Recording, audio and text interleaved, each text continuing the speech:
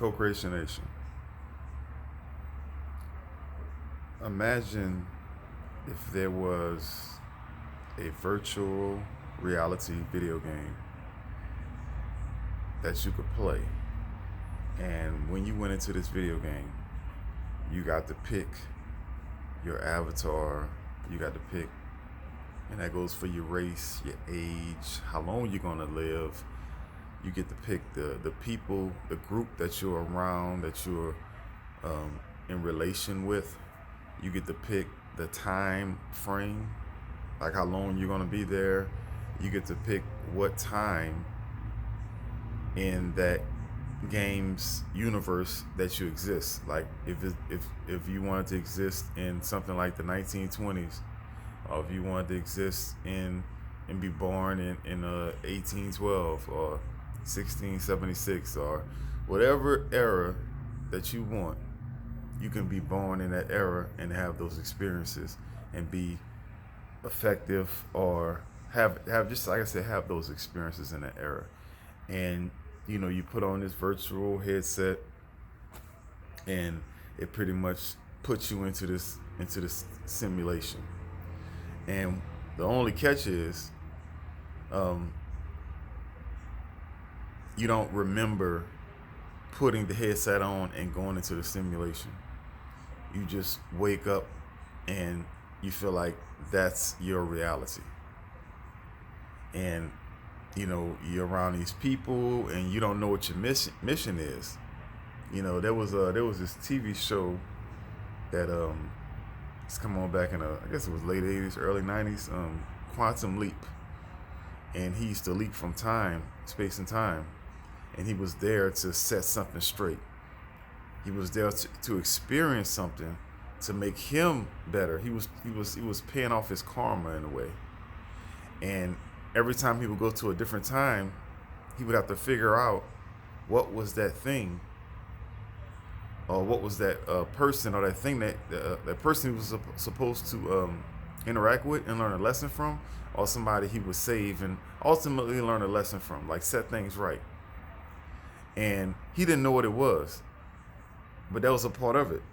But he kept appearing, and he would be in different people's bodies. Quantum Leap. Look it up. So anyway, in this simulation, you're born into this family. You chose the family. You chose the race.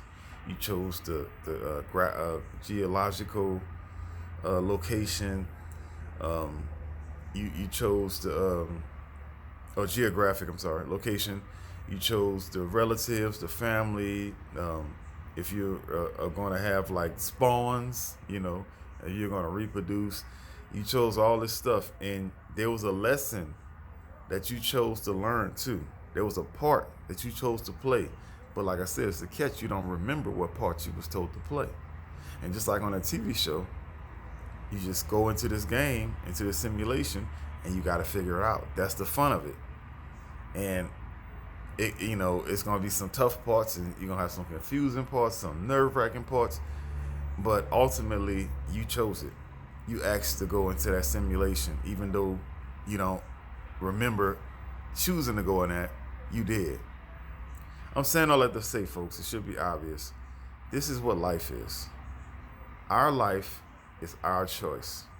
We chose to come here and experience all this joy, confusion, hurt, pain, whatever. We chose that, folks. We came here to learn a lesson, to work out our karma, to expand spiritually. We chose our parents. We chose our location. We chose the time. See, we think time just goes on and on and on. No, time is in this simulation. It's in this human 3D world. Time does not exist outside this world. I hear people talk about all the time, like when they have near-death experiences or they feel like they're about to die. They say, "Oh, my whole life flashed before my eyes," because that's the reality, folks. Our whole life is already here. Everything is already done. All of this political stuff you see going on, and all this, so-called deadly virus stuff going on. There's no such thing as death. There's nowhere to go. There's no time that's passed. This is a chosen experience, a chosen stimulation, that we wanted to come here to experience something, just like people, because people always say, well, why would somebody choose this? Why would they choose this bad life? Why would they choose to be a kid to die of leukemia in a few years? Or why would you choose that? Why would you choose this? Just look around you, folks. Look at the lifestyles of people right now that believe that this is their reality, that this is all there is. They choose to do all types of death-defying things. You got people that want to climb Mount Everest, do bungee jumping, and go in the cage with lions and tigers and stuff. It's because they want that challenge. They want that simulation for whatever reason. We all have our choices. So you can't tell me that you, as an eternal being, it's impossible that you would choose to come and experience something really bad. You don't think that if you knew that it was fake, you knew that it was a simulation, that you'd be like, you know what? I'm gonna challenge myself this time. I'm gonna be born in the early '90s. Well, I'm gonna grow up in the early '90s in LA during a crack epidemic, because it's a challenge. It's something that you would never want, but it's temporary. So you say, okay, let me try. Let me see let me experience that. And so, folks, when you understand that this is just a simulation, this is just a time to learn new things and to maybe serve a purpose for others, you tend to start letting go. You tend to start not taking stuff so personal. We all love our family. We all love people that surround us, but you tend to not take it so personal. You are not your family. You are not this earthly family. Now, you have a spiritual family that's around you, that is in a spiritual realm, but not necessarily the family that you're born into. You chose this family. So we shouldn't take it so personal. I'm not saying don't honor and believe in and do things good and love your people. No, I'm not saying that. But don't take it so personal, where, oh, this is all I got. This is all I stand for. This is the only thing that's real. No, it's not. This is a temporary situation, folks. This is a simulation that we chose to indulge ourselves in. And I'm not saying be frivolous with it. You came here to learn a lesson. You came here to have an experience. You came here to love, to laugh, to cry, to hurt, and to pass on and do it again if you want to. You came here for that. Work out your karma, whatever you're trying to do, you chose it. And I know most people are not going to believe that, and that's fine, but I'm just telling you my truth and what I know. And we need to understand that, so we wouldn't take this stuff so personal, so we won't be so caught up. Because, I'm looking around at all this, people afraid of, a so-called deadly virus.